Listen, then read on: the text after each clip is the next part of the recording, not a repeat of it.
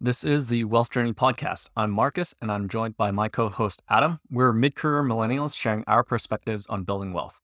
In this episode, we talk about the 4 types of luck, how to attract luck by building skills, practical skills that you should learn, and how reading can benefit you. Before we get into it, I ask that you hit the subscribe button. Adam and I plan on doing this for a while, and we would love to keep you posted on our journey. And or get in touch with us. I am at mwong023 on Twitter. I'm still trying to get my friend Adam on Twitter. And you can email us at thewealthjourneypod@gmail.com. All right, now let's get into the episode.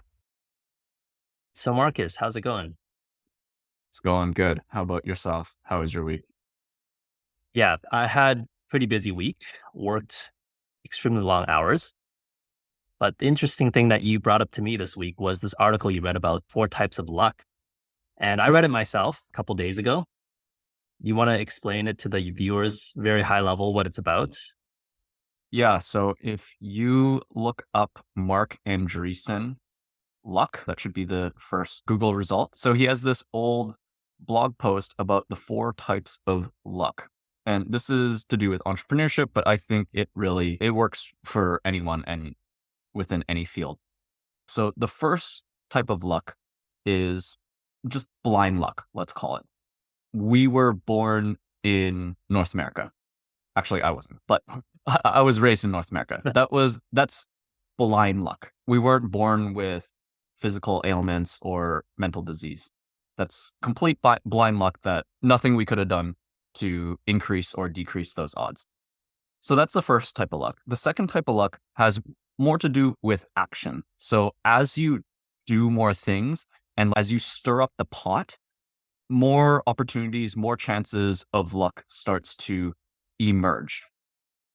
There's the third type of luck, which has more to do with specialized knowledge. What comes across to most of us as just some sort of noise in the world. We pass by opportunities all the time, except there are the few people that might drive by, let's say, a property and see a for sale sign and say, actually, that is undervalued. And that person might have specific knowledge about real estate in that particular neighborhood, zoning laws, what plans might be coming, or something like that. That's a luck that has to do with your knowledge or specific skill sets or talents that allows you to identify and capitalize, if you take the risk, capitalize on those sorts of opportunities. And then there is the fourth type of luck. The fourth type of luck is what happens when you effectively, it looks like luck from the outside, but really it's not. It's because you've gained such specific knowledge and you've built such trust in the, let's call it marketplace, of whatever specific marketplace that might be, where you start to attract opportunities to yourself. So from the outside, it looks like, wow, I can't believe this person just came to you and offered this amazing job. That's so lucky of you. But in reality, it's not really luck, because for that person, it probably looked a lot more like they worked their butt off for 20 years, built an amazing skill set. During that 20 years, built a bunch of connections, impressed other people, and showed off that skill set. And so later down the line, when some people within your network have a specific need and have worked with you before and know that you can deliver, they'll just come and offer you a job. When you actually build up the skill set, then you start to attract opportunities to you. Adam, Yeah. what's your take on this? I think the 4 types of luck as a title is pretty clickbaity. I don't think anybody thinks of the second 2 as like the last 2, specialized knowledge across a wide variety of fields, and also being good enough in a specialized enough way that people think of you when they need a very special problem solved. Like this is not luck, right? It's just framing, and it's clever framing, but I do think it's a good way to spring off this episode on what we want to talk about, which is this idea of generalization at a very high level of expertise. So there's a book, David Epstein, he wrote a book called Range, and it's about how generalists are succeeding against specialists now. Relatively recent phenomenon, but he used the example of Tiger Woods being super specialized, highly skilled prodigy versus Roger Federer. Obviously, they're both equally successful in their lives. Some would argue Roger is more successful because he's left himself with a loving family and great reputation intact, despite his enormous success. But basically, Roger never specialized in sports until way past when people considered specialization, like into his teens, whereas Tiger basically swung his golf club at age 3 and just never stopped doing that for a living.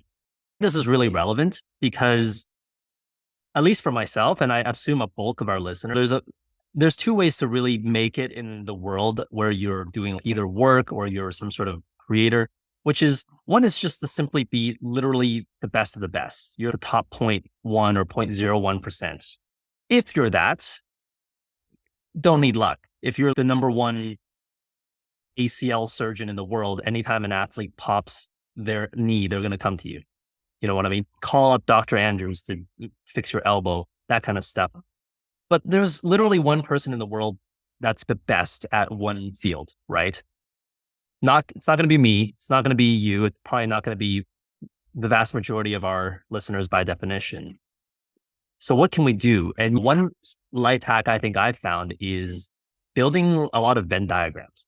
And what I mean by that is, you guys know what a Venn diagram is, but basically, if I'm top 10% in one field and top 25% in another field, and I put those Venn diagrams together, now suddenly I put myself in the top 0.25% of the field that I'm interested in. Or sorry, 2.5%. And I didn't really get extremely good at either of those. I can do that. And what if I was better top half again in a third field and top 10% again in a fourth field, right? Now suddenly I have drawn a very small Venn diagram in the center where I reside. And now I think this is what we're talking about, the fourth type of luck. If that specific Venn diagram happens to be useful, like it happens to be overlaid in some sort of market demand, now you're highly desirable talent that's very difficult to find. And people maybe can find people that have 3 overlapping circles, but your fourth one makes you substantially better. This is the idea of range and why range works. I think we're progressively moving into a world where the problems themselves are becoming more challenging. They're no longer well laid out and just need rote or expert knowledge to examine it. It's not like reading an X-ray over and over again. You can get really good at that, like 10,000 hours, get really good at that. The problems we're facing because of the pace technology is moving have just never been faced before in many cases. And a lot of fields pop up much faster than universities can get curriculums together now, which means you have to learn on the fly. And this is fundamentally different from how our parents or my mom saw the world. This sounds true, this overlapping Venn diagram thing. It worked for me, but I've never heard this from my mom or any other adult. And I've never been coached this way. I've had to figure it out because I wasn't the best university student. I didn't have a 4.0 GPA, and I couldn't find a job in my very first field that I specialized in, which was finance. So why do you think that is? Why do you think this super obvious thing in hindsight, for our entire high school and adult lives, nobody taught us that? That makes me think about probably comes from the narratives that we were taught that is in general society from our past generation, those that we actually looked up to. Really, that's the way that life was for a long time. That was actually a path to success. So we grew up, our parents told us we did exactly what our parents told us to do. And I'd say parents very generically. I don't know that my parents very specifically said you should go into accounting, but go get a university degree. The more specialized and the more sought after, the harder topics are going to be the ones that will make you more successful. So in general, let's call that medicine, law, business, probably to a lesser degree at the time, I want to say engineering. I have a quote here from Jim O'Shaughnessy. He is a asset manager at O'Shaughnessy Wealth. He was born roughly 1960, I think. So he is now 62 or 63. We made a mistake. And by that, I mean my generation and my parents' generation. The mistake we made was thinking that the period from 1946 to 1980 was the norm. No, it was not. It was the anomaly. We had just wiped out the manufacturing capabilities of anyone who could challenge us.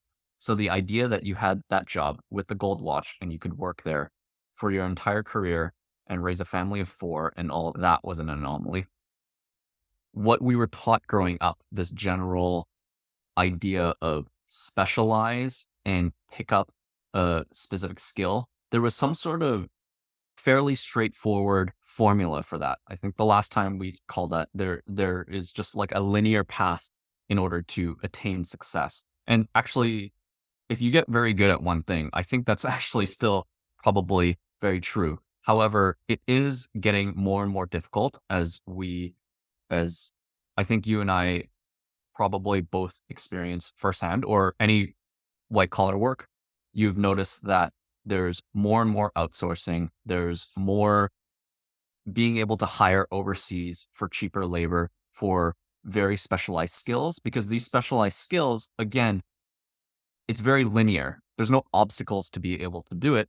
And the barrier to entry into all these things become lower and lower. Before, access to information was the barrier to entry into learning these skills. Now with the internet, now with YouTube, you can get the exact same information as the US or the top institutions taught the same topic by the exact same world-class instructor. So yeah, that I think that what we're seeing is that this linear path and building a specific skill set is becoming less and less valuable. And so what is becoming more valuable? It's all the intangibles around it. Flexible thinking, creative thinking, analytical thinking, something around decision making, being able to take risks, and the ability to have accountability for your decisions. Yeah, there's definitely a generational thing. And I think for millennials and younger, it's just a different world. Technology is advancing just so much faster than it was when our parents were growing up. The world is globalized.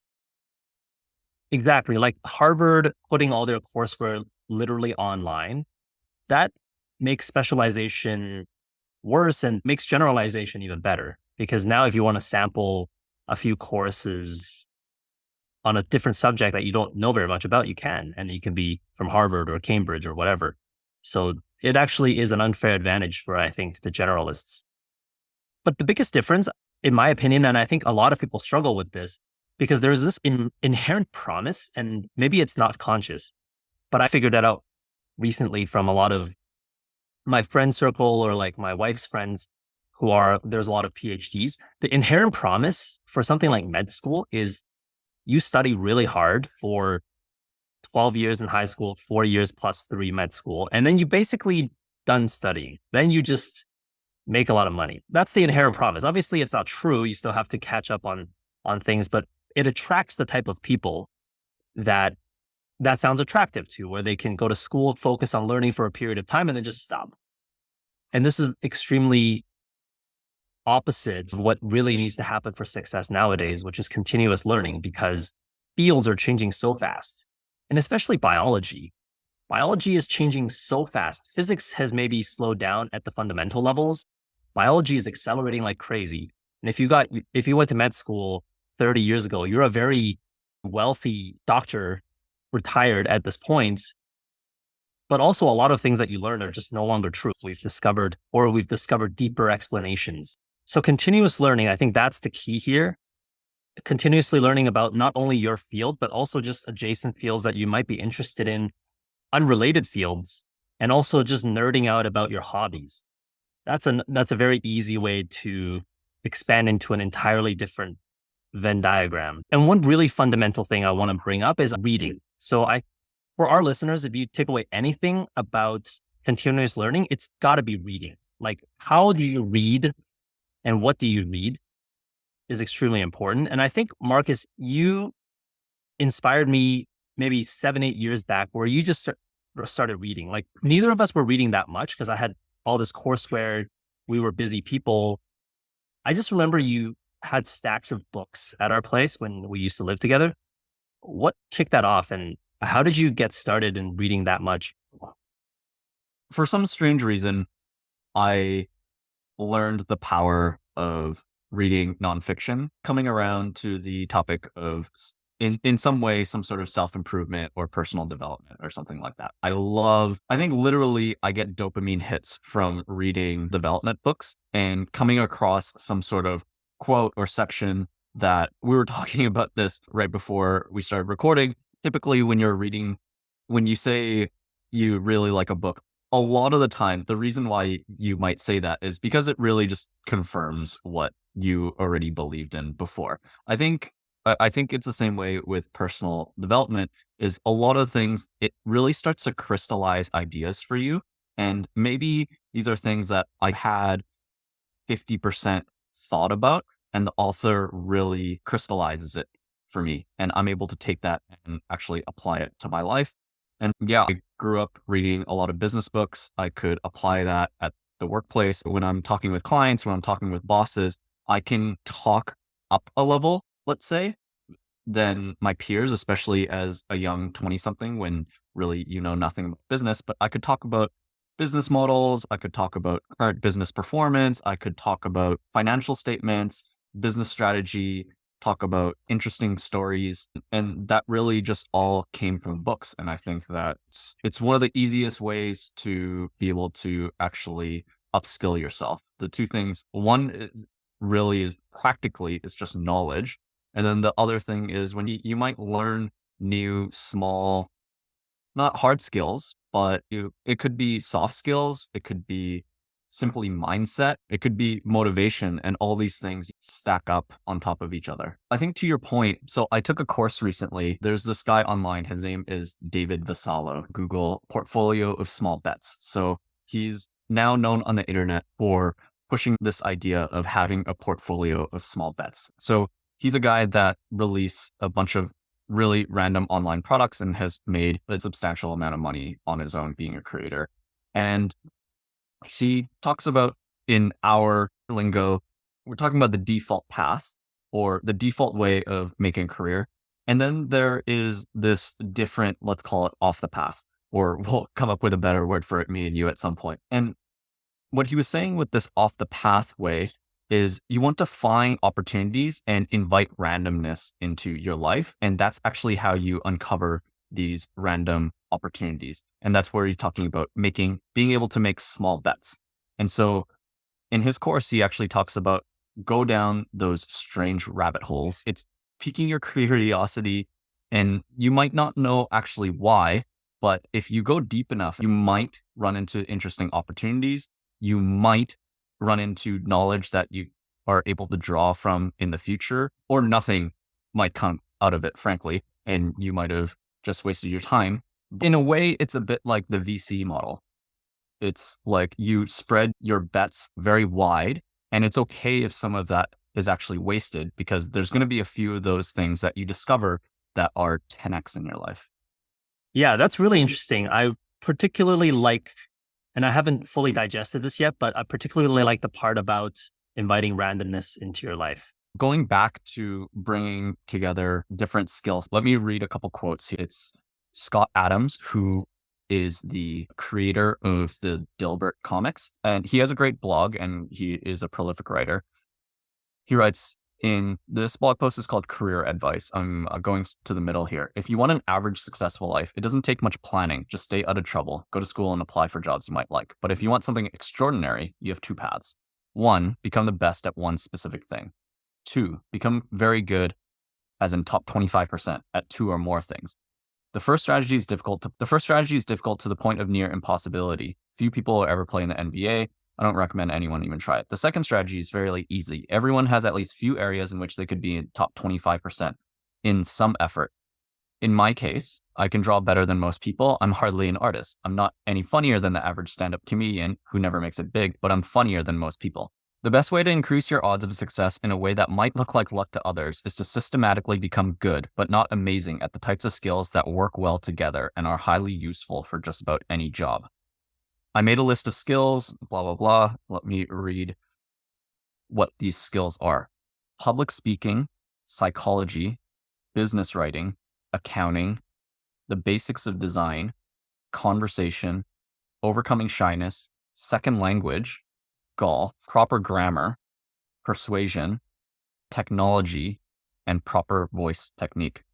What do you think about things that I just rattled off? I know that a lot of the areas, not golf, let's say, but a lot of the other areas are things that I would say you have given some level of thought to. How have you, yeah, are these things that you have actively worked on and you find beneficial in your life? At first blush, it definitely sounds like the list is a little bit biased. In specifically, it sounds like somebody who's worked in corporate for a long time. For And I sure. think it is useful. If you work in a corporate and you have presentations and things like that, it's important to realize that your audience is cognitively biased. They're just human beings. I worked at a very meritocratic company, and most companies are not strictly meritocratic. But a lot of times, people in a meeting, they don't have much contact with you. Maybe that meeting is the only time they hear you talk for 6 months or a year at a time. And some of those people could have decision making power over your next promotion or your next raise. Even at the beginning, when I started doing a lot of presentations, I think I'm a naturally good speaker, which is thankfully true because I didn't pay much attention. And later on, I tightened up my presentations a lot. And it is a lot to do with delivery, a lot to do with shyness. It's all these verbal tics. Saying the word like over and over again, for example, makes you feel very junior. The content you're giving, you're certain about it. And even if a lot of research went into it, it just makes you sound like you're unsure. And Where therefore, did can they trust you, you? where did you find, how were you self-aware enough to know about this? I assume it must have came from listening to something, reading something, or was it just you noticing other people doing it and then being self-aware that you had the same bad habits? Yeah, that's a good question. I think what happened is I saw examples of people that were very successful at their jobs and very good in their presentations, even though I knew as a listener, because I worked in the adjacent field, that they were not as sure as they put forward. But they could easily go back and correct the record afterwards. And they could easily go back and the course of action that they take can still be rational and based on facts. But in the moment, when they were asked or challenged about something, they didn't get flustered. And there was a huge delta. And maybe I was in the median, so I can see both sides people that were giving really good presentations with little certainty and people that were giving really bad presentations with high level of certainty. And the outcomes were very surprising in considering how meritocratic we were. That's when I started to think about what could it be. And really, it's just these perceptions of people. And I think we just have to be conscious when we walk into these corporate environments that perception matters a lot more than you would like it to matter. But it's a reality of life. Let's not think about morality or is it right? Is it wrong? Should we fix the system? That's going to take way too long. How does it impact you today? It exists. So we have to learn to deal with it. And I think the list of things that he said, specifically overcoming shyness, being a good public speaker, I would say being willing to be 100% certain when you're 70% certain is a very large part of presentation skills. You can always fix incorrect facts afterwards with a simple email or a Slack message. But it's very difficult to fix perception of here's my project that I spent 6 months on. Somebody asks a simple question. I happen to not know the exact answer. I have a very good guess, but I happen to not know the exact answer. And I just back right off and say, oh, I don't know. I don't know. Could be anything. And that it's very hard to recover from that. It's very easy to recover from, look, I was pretty sure it was A, but actually I just got back to my desk, looked up the numbers. It's actually B, right? And then take action based on the fact that it's B. I think what I find the most interesting about some of these skills, certainly not all of it, but the obstacles or the hurdles to be better than the average in some of these things is so little. So, Yeah. for example, I have poor talking habits or tics. So I use a lot of ums and ahs. However, I do have a background in public speaking and I have done a lot of recordings of myself watching myself speak. And I've had, I would say in the last 2 years, I've had two major presentations, or last few years, major presentations, big groups of people to air quote, important people. And for those presentations, I was able to rely on a lot of reps and background in learning of my public speaking, which is really not a lot. I did not want to be clear here. Never had a teacher or mentor, or I don't think I've ever read a book or anything like that. But really, I've just learned a few skills. Actually, a very practical one would be me and you. You helped me prep for an interview about 10 years ago. And we ended up spending hours and hours on the same 10. We just Googled top 10 common interview questions. They were exactly the ones that you would expect. What are your strengths? What are your weaknesses? Why should we hire you? And I wrote out very scripted answers for this. And we went over it for hours and hours until I was able to rattle it off very naturally. I was able to learn that. I performed well in the interview. And then I ended up using that in my presentations where I would script out the presentations. I would script out the joke. I would practice it to the point that it seemed like it was natural, but the joke was completely canned. I knew exactly how to pause or what the punchline was and all these things. And the only thing I did different than my peers there is that I put in the work. For those presentations, they range from 10 to 30 minutes. I put in 16, 20 hours of prep. I did stretches of 1, 2, 3, 4 hours of straight repeating myself, listening to myself, recording myself, editing the script. And that was really just through a lot of hard work. And I think I came out, I would say, on top in terms of how I presented myself within those settings. So public speaking, in order to be above average, if you put in 20 hours, you're probably going to be above average.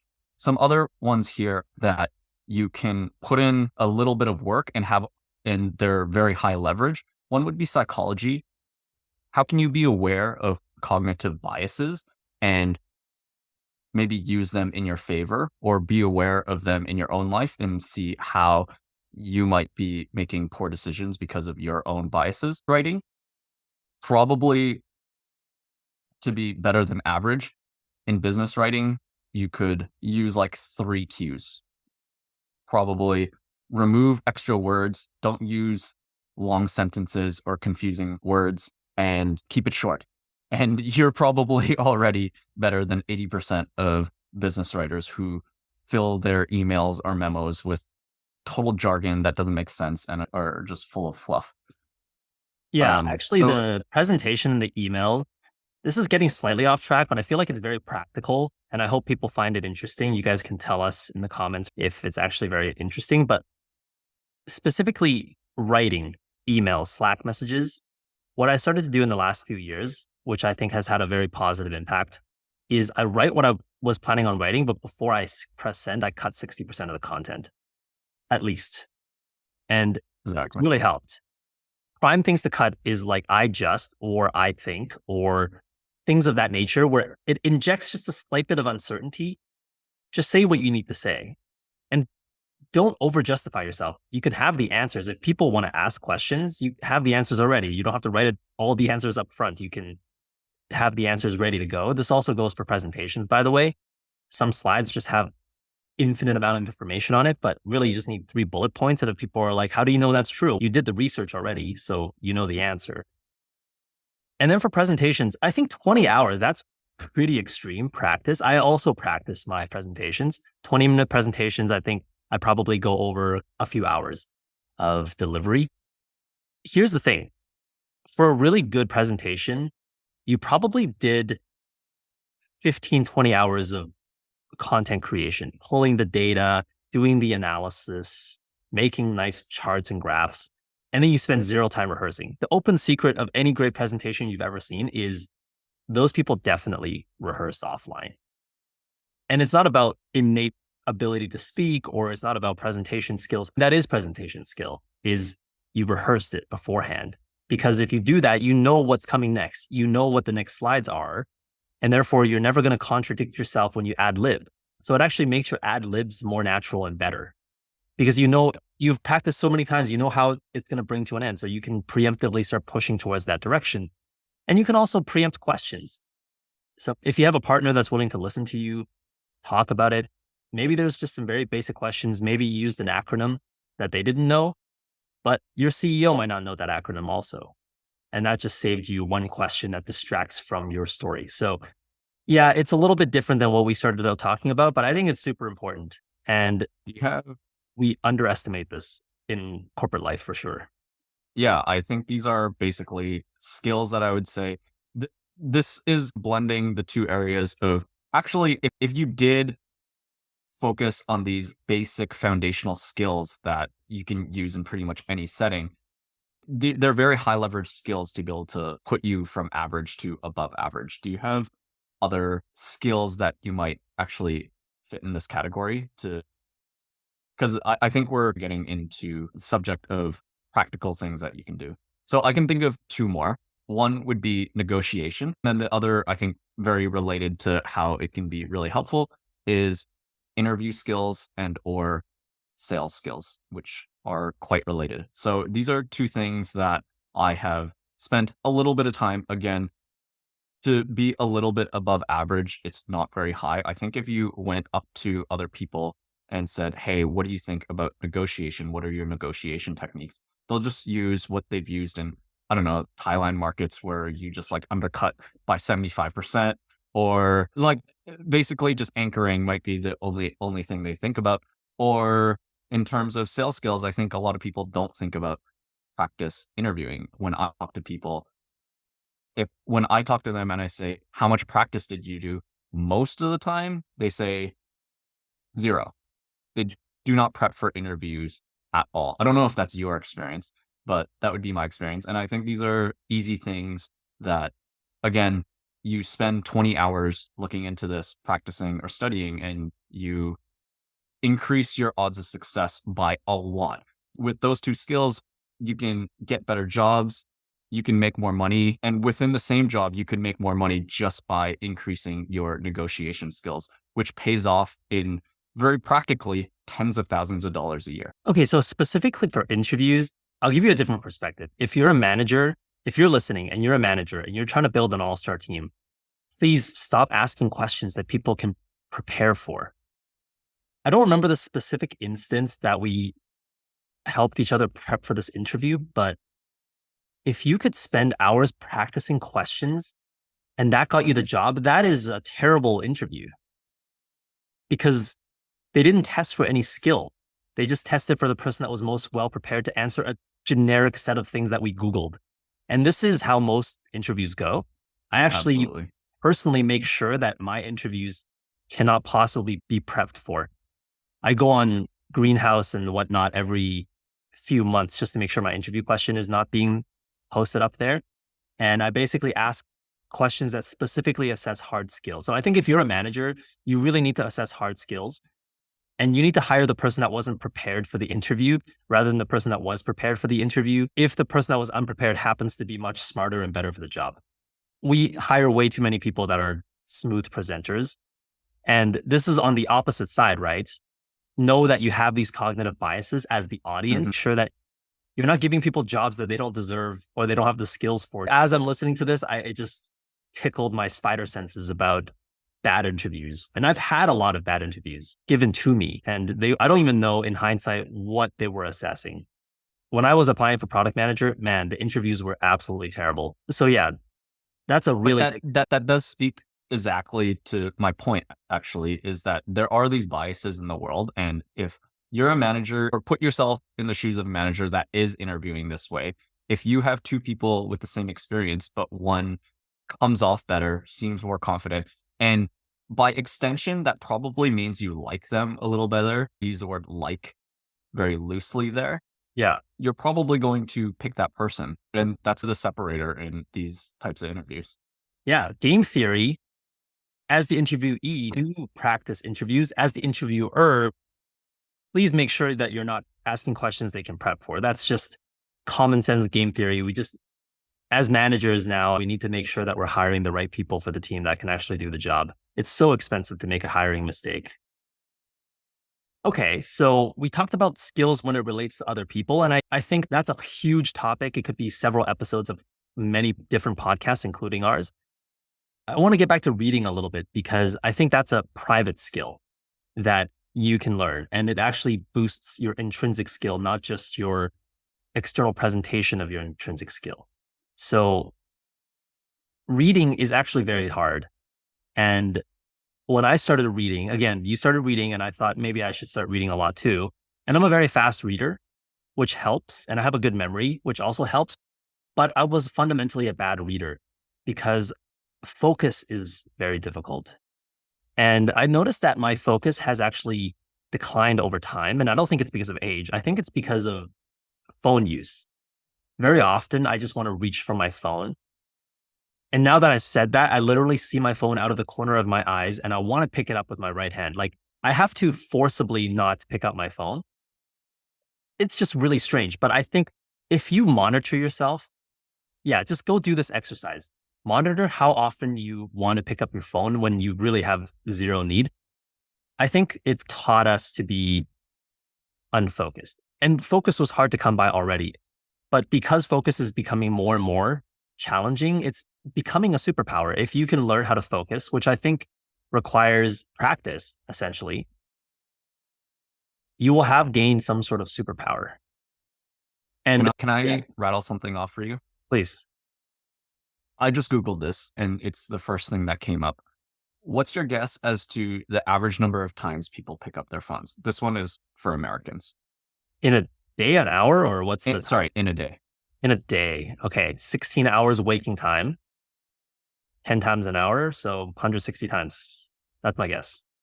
Okay. First of all, that's exactly how you would go about answering an interview question. I know that. That's true. So true.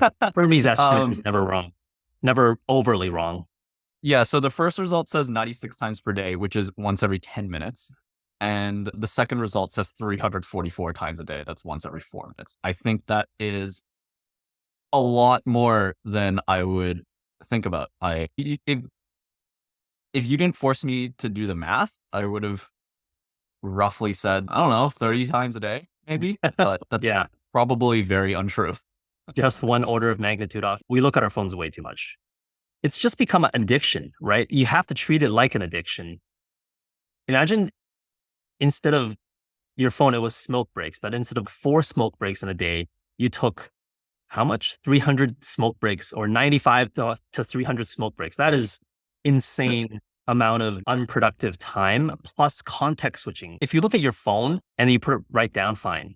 But if you read an article by accident or you look at Instagram by accident, you have now switched contexts. When you need to switch back into your previous context, there's a cost, a real cognitive cost that can be measured that makes you super tired during the day. If you have to constantly context switch because your phone brought you out of a context of a task. So definitely focus. I think reading is a good way to practice focus. And I think that's a superpower. Is your point about the reading? Yeah, actually, is that the main point that you wanted to make about the reading, or is it actually more content related?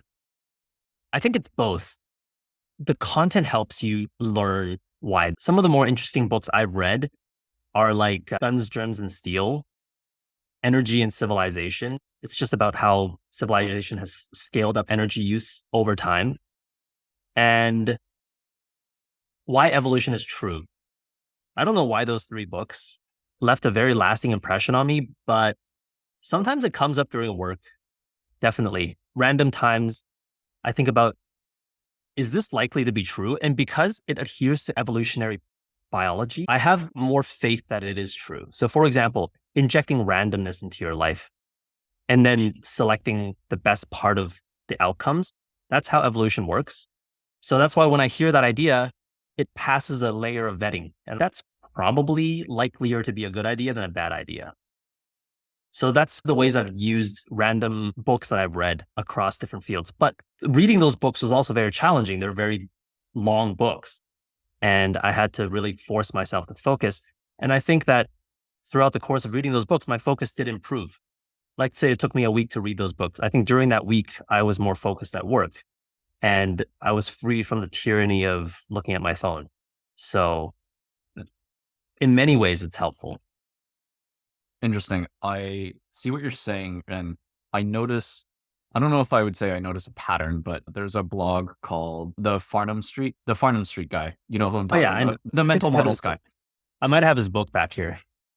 Yeah, it's red, if I remember correctly. I don't have it, but he Guns, Germs, and Steels was a very popular one. So this guy, he talks about reading very widely, collecting mental models, and his audience te- tends to be very like top 1% people or top 0.1% people are his audience. And they talk a lot about these types of books that have to do with history ends up being a very big topic, like systems thinking and just the way society kind of works and runs, which is related to, let's say, the energy book that you were talking about. They talk a lot about that. I would say I've collected some of these books. I've read some of Guns, Gems, and Steels, didn't get through it. One, I would say, yeah, my concentration is just too poor to be able to sit through that because this is dense material. And effectively, those books are competing against Instagram for me, which, by the way, I deleted off my phone again this morning because I noticed how much time I spent on it. Good But call. and if it's not Instagram, it's gonna be XYZ, Netflix, or whatever on my phone. What do you think about books that maybe don't fall in that category that are, let's say, easier, a little more popular? Because those would be the books that I tend to read. If I'm just gonna grab some stuff off here, and these are very easy reads. Almanac of Naval Ravikant. That is probably a 3-hour read. Exactly what to say. These are just like weird verbal little one-liners that you could use every day that are highly effective. This Influence by Robert Cialdini. That's a very popular one. These ones are maybe a little too niche. Seven Rules of Power. This is you think of a more pop type of title for a book, which I would say I loved. I have all these cue cards of notes here, which I found very helpful. But what are your thoughts on the types of things that you're reading? Because I would say these are beneficial to my life and I think help me in very practical ways. I think that you're not really reading these types of things. These are actually, they will have one liners that are, I can use it. I can take that and use it immediately right after the next day or the next moment. Whereas the things that those books that you reference, they're really not. Those are really randomness makes you think and you're not actually sure what you get out of it. I want to say that I think those books are more helpful long term. The pop books, I think where that helps is you will learn how to focus better. It's much better than looking at your phone. If you can get 3 hours of focus and get through a book, that's like going into the gym for your brain. So definitely it's good. You start out with cardio or something like that, right? Week one, you just bench press an empty bar. However, the way I'm thinking about it is when we talk about becoming like a 1%, a top 0.1% type of talent or person, if you're just reading what everybody else is reading, that's not really moving you in that direction. Sure, just by virtue of reading, you've already progressed a lot in that direction because most people just straight up don't read regularly. And if you gain focus, you've progressed yourself even more. However, it's still in the category of just doing what everybody else is doing. It's not like I'm doing it intentionally. Those things genuinely do interest me. But in hindsight, the things that I did do when I was, for example, unemployed, none of the people we know, I think, were doing. And I read books that most people around me haven't read. Maybe Guns, Germs, and Steel has become so pop because it's such a good book. It's very helpful longer term. It does give me models of thought that I never had before. By the way, models of gathering frameworks of thought, that's Charlie Munger.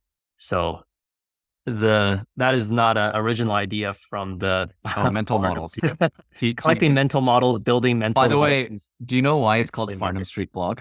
No, I don't. It's because it's something like the original Berkshire Hathaway, like the factory, maybe. I think the address was on Farnham Street, or Okay. maybe the current Then address of the office or something. Yeah. Okay, got it. Yeah, and if you're just distilling Charlie Munger sayings into a book, that makes a lot of sense. That's a good book, probably. So yeah, I do think it falls in the category of, first of all, I'm interested, so don't force yourself. But secondly, it's just more abnormal. And I think when we were in high school, it was risky to be abnormal. But if you want to be in the top 0.1% of talent, it's necessary. straight up, it's necessary. So that's part of when I look back. Do I think we should deliberately recreate that? Because I did it by chance. If I spend a substantial amount of time on something in my life, just on a regular basis, not one offs, but on a regular basis, I do think, is this just what everybody else does? Because then we're really not lifting off into anything that's interesting or special. And you're not creating a Venn diagram that's less traveled or off the path, as the previous article was calling it. So pick things that you're interested in, but also pick things that other people don't pick. One example, I think, during the time I was super unemployed and I was still trying to be a financial analyst is I read a lot of financial statements, which gave me a lot of insight into many different industries. Like I didn't just read the balance sheet income statement. I actually read what the management analysis was, what they said was going to happen. So in oil and gas, for example, I read a lot about what is upstream, what is midstream, what is downstream, what are all those things in oil. Then there's other things that I read, for example, financial statements on like banking.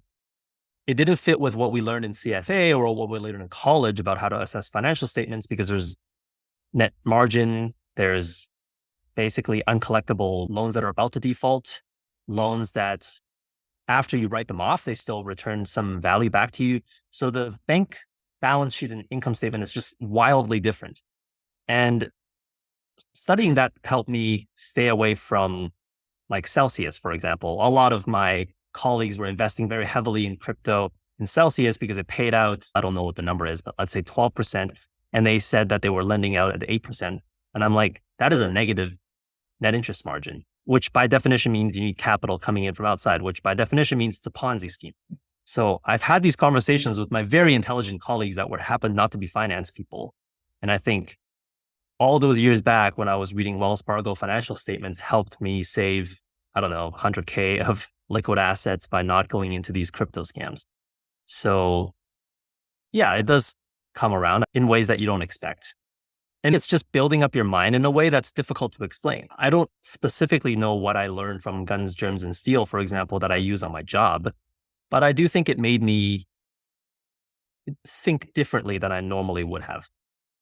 And differently how, I'm not exactly sure, but that's part of the luck number 4, bringing it all the way back, of creating that Venn diagram where very few people are sitting in that exact space. And then when there's somebody that has a very exact need and you're the only person sitting in that part of the Venn diagram, you're a very good fit and you can command a very high market price. Okay, that's interesting. I would say you maybe change my thinking a little bit around that. But what I take away from that is, one, the skill in itself of reading difficult, like those are just difficult books to get through. That in itself is a skill for focus.